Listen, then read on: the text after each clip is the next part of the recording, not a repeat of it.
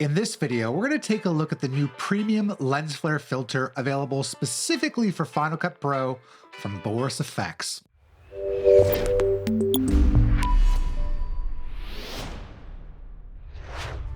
So lens flares are often associated with science fiction film as a way of enhancing light in a scene. But we can take these natural imperfections and take the most basic of shots, enhancing them to add beautiful light through those imperfections. Let's take a look at how we can utilize this simply and elegantly inside of Final Cut Pro. I'm here inside of Final Cut Pro.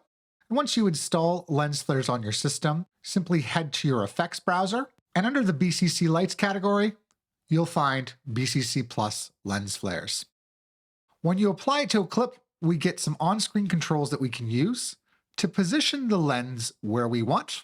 So I'll do this up here on the top left-hand corner of the scene, and then grab this second control to affect the lens flare pivot of where I want these other elements to show up.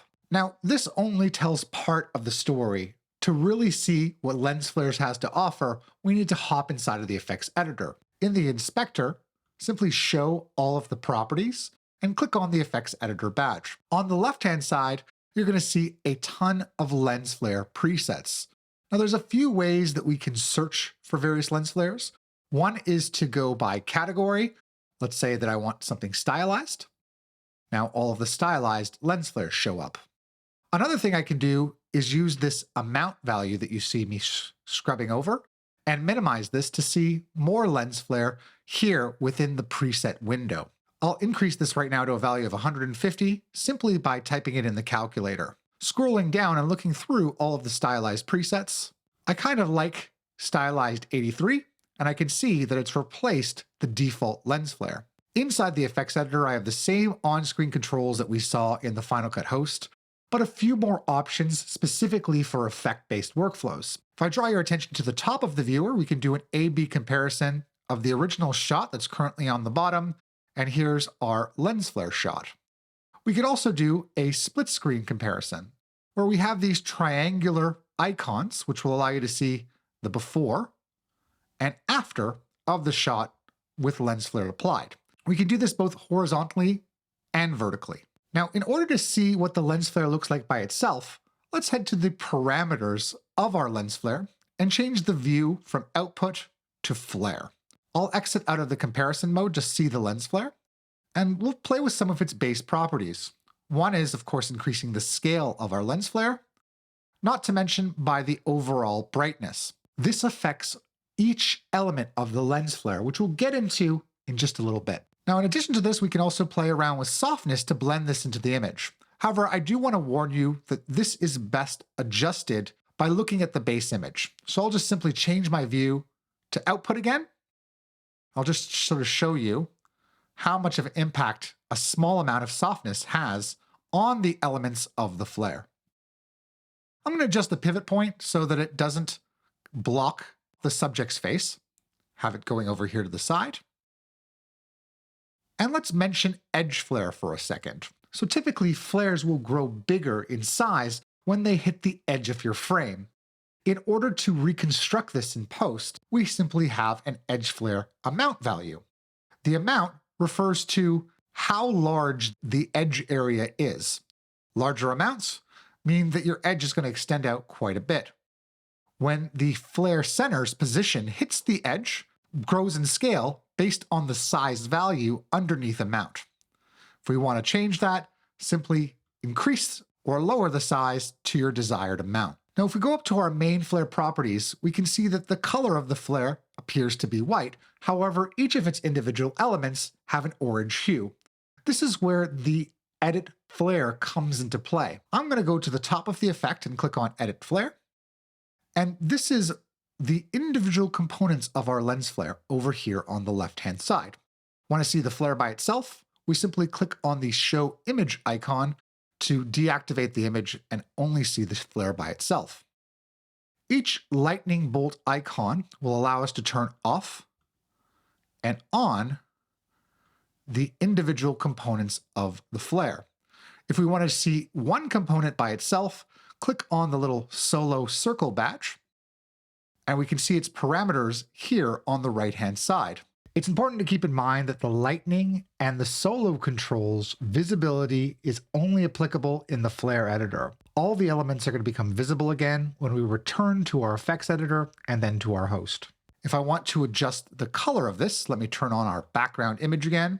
I'll use the macOS color picker to pick an orange yellowish pixel in the shot, and maybe adjust this slightly in terms of color. I can also bring down the brightness of this one component by itself and continue to work with these individual elements. In addition, at the bottom here is our ability to add elements to our existing flare.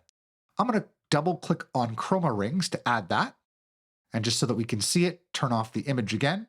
You should see the chroma ring on the bottom right-hand side of the shot. And I'll just use the X offset to change its position.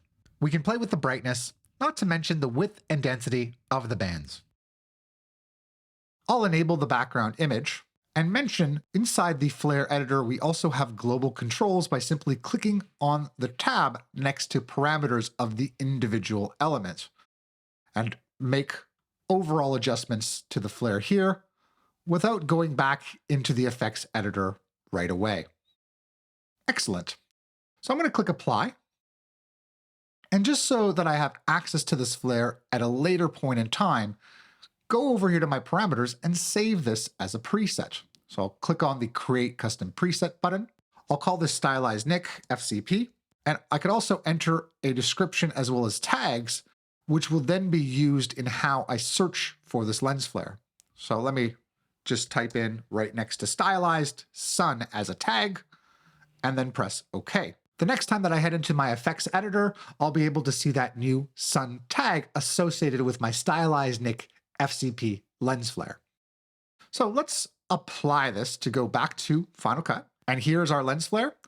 Don't forget that the edge parameter values have also been activated. And we're just going to do a quick keyframing of our lens flare in order to have it very big at the edge and then have it get smaller as it approaches the center of the image. Okay, in order to do that, I'll move my playhead to the beginning. And right here under the flare properties, I'll click to add a keyframe for the position of my lens flare. I'm just going to move to the end of this clip, which is quite long, and then adjust the X position value of the lens flare. Keep in mind, I could also just drag the on-screen controls and it will add a keyframe. And let's just say that we'll go to the other edge here at the end. Excellent. If I go to the beginning of my shot and make this full screen, we can see that traveling lens flare, which works quite nicely, moving across the image. I'll stop playback, escape out of here. And another thing we could do is just fake some camera movement here. So we could keyframe the scale of the shot, but I'll just make this really quick where I'll go to the crop settings of my clip and activate Ken Burns for this shot, which is going to automatically scale the shot from this inner bounding box to this outer bounding box. I'll click on this to reverse that and then just change where I want this to end, which is closer on my subject's face. And since I find that the overall lens flare is a bit too strong, I'll head back to the edge flare properties and just lower the size a bit. Excellent. So going back to the beginning of the shot, I'll click done, do another full screen playback with that lens flare in addition to that camera movement. So this is really just touching the surface of what we can do with lens flare. And I wanted to show you two additional features that make Continuum's lens flare unique for Final Cut. Okay, with this particular shot, I've already added a stylized lens flare to the scene, and I've also added a little bit of flicker. You can adjust flicker values, which will give you automatic animation by simply heading into lens flare and under flicker, adjusting both the amount and the speed. In this specific example, I have a very high speed and a low flicker amount to give it this feel. Now there's something I would like to do in addition to this, which is hide this lens flare if it ever goes behind this subject. In order to do that, I'm going to use the occlusion properties. But first off, I can identify any occlusion layer that I want at the top of this effect. So where it says no source, let's click and give it this clip as a source. And that's going to be used as our occlusion layer. To see this, let's change our view which we adjusted in the effects editor from output to occlusion instead of flare in this case, to see that map. If we go over here to the occlusion properties and adjust the threshold, you can see black and white areas. We also have the ability to invert this. And simply, we can kind of try to create a map where our lens flare will be occluded when it goes over certain areas of the subject or in the scene. So I'm trying to preserve most of the sky here. And I'm going to turn off the view from occlusion to output to sort of see what we have, and select the lens flare by its name, and see that if I click on invert, I now see the lens flare, but when it appears underneath the subject, it disappears. So this is exactly what we want, the lens flare to appear in that sky, and then we can see it hides. Same thing in certain regions of the building. So occlusion could be a very nice way to have your lens flare integrated into the scene like you shot it naturally without having to do it in camera. Okay, let me play back this final example. I'm going to make it full screen. And what we have is some music in our project that we would like to use to drive the brightness changes in our lens flare. So first of all, I chose a lens flare preset here, which I positioned in the top center of the image. I also chose to stabilize this shot as there was a bit of movement. So I turned on stabilization, and using the automatic method was able to apply tripod mode. Now, in order to drive the brightness values of our lens flare, we're going to use Beat Reactor, which is built into this plugin. All we have to do is sample an external audio file, a WAV or an AIF, in order to do this. So I've already exported the drum audio hits. And what I'm going to do is now select it. So in the lens flare filter, in the inspector, I'll go to Beat Reactor and enable it. Let's select the audio file, which happens to be on my desktop, these drum hits. I'll choose open, and all of a sudden, we're able to see now the spectrum frequencies of this audio. And because I exported it from the timeline, it matches the timing perfectly. So now we want to choose a portion of this spectrum to drive the brightness values. First of all, you have some options at the bottom of Beat Reactor, audio spectrum options, to increase the frequency resolution if required. I'll change this to 64 in order to get some more bands. And now I'm going to enable an apply parameter, which is currently set to unused, to brightness. We now get some on-screen controls to highlight which frequencies we want to use to drive this brightness. So this is the left-hand side. I'm just going to kind of pivot it around these three red frequencies right here. I'm then going to press Command minus to zoom out here in my project in order to get my hands on this on-screen control on the bottom left of the box in order to bring it inward. I want to make sure that these frequencies don't go above the graph, which they do right here. So I'm going to increase the size of this left graph, paying attention to this gray output here on the right. Now, if we play this back in full frame,